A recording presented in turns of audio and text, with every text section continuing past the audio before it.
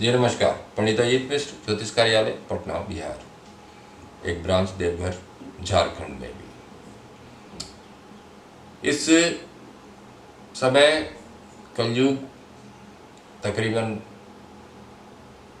4,500 वर्ष पूरा कर चुका है और लाखों वर्ष अभी बचा हुआ है कलयुग को। इसमें जय विजय पराजय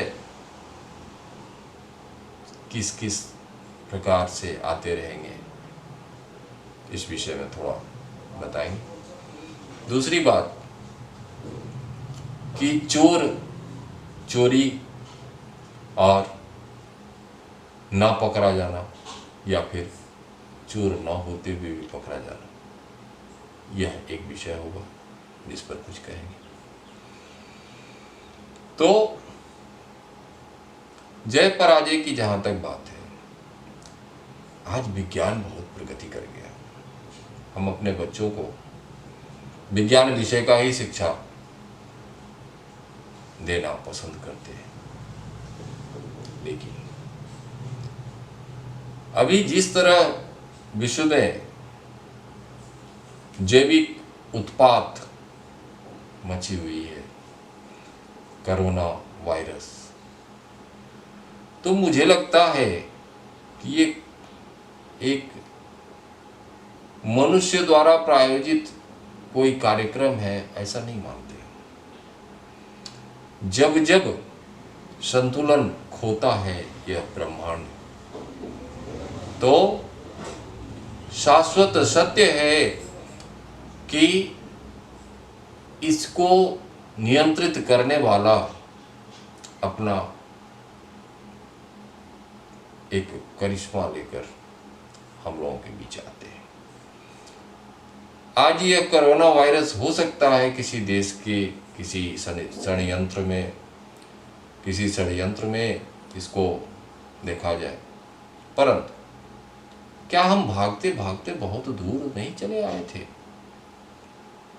जिसे प्रकृति अपने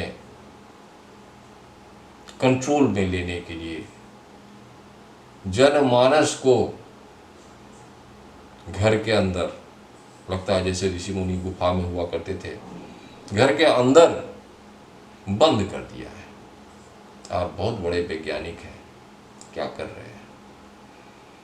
इसका कोई दवा बना पाए? आज 6 महीना बीत रहा है, आप बहुत बड़े अर्थव्यवस्था के मालिक हैं, फिर भी आप लाचार हैं। तो यह विषय मेरे अपने संज्ञान में जब से आया है, तो इसको हम उसी तरह मानते हैं कि यह देवी प्रकोप है, जो कि संतुलन बनाने के लिए है। तो ज्ञान विज्ञान से ऊपर एक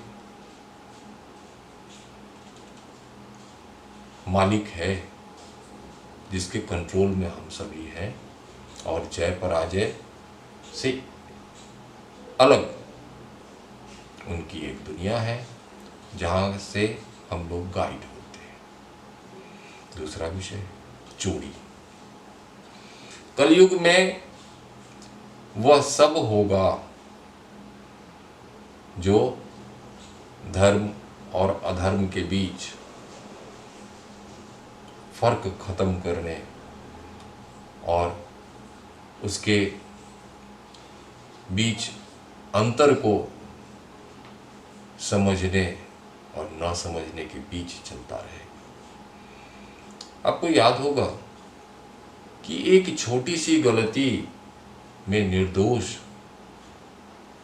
शिकार हो जाते हैं और बड़े बड़े गलती करने वाले खुद को पाक साफ सिद्ध कर लेते हैं। इसका वजह आपको पता है?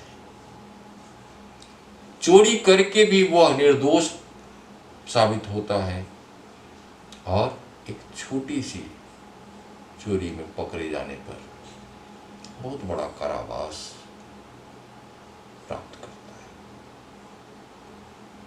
नौजवानों, आप लोगों से यह निवेदन है कि इस विषय को सकारात्मक ढंग से लें। आप कहने का अर्थ ये है कि यदि कुंडली में अष्टम भाव में कुछ शुभ ग्रह हो तो कुछ नाजायज भी करके वो लोग बच जाते हैं। और अष्टम भाव में कुंडली के यदि कहीं क्रूर ग्रह या किसी कष्टकारी ग्रह उस लग्न से अवस्थित हो तो बेवजह भी उनको अपमानित, प्रताड़ित और उन पर इल्जाम लगाया जाता है। ये तो एक कुंडली का विषय हुआ। लेकिन आपके इस विचार को, इस संशय को हम खत्म करना चाहते हैं कि जब कभी आपके मन में प्रश्न उठता है कि फलाना तो बहुत बड़ा चोर है लेकिन अब तक पकड़ा नहीं गया, वह पकड़ा जाएगा।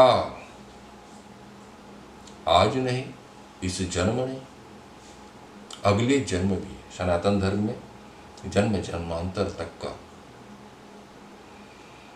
परिकल्पना है और शाश्वत सत्य भी है।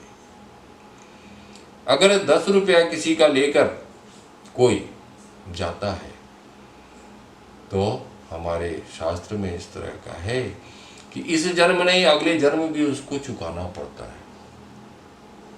और यह क्यों और कैसे चुकाना पड़ता है वो हम अगले एपिसोड में आप लोगों को बताएंगे कि अगले जन्म में वो क्या और कैसे चुकाता है। बहुत कष्टकारी होता है उसका चुकाना। आज बस इतना ही। पंडिता जी इसको इजाजत दीजिए जी। नमस्कार।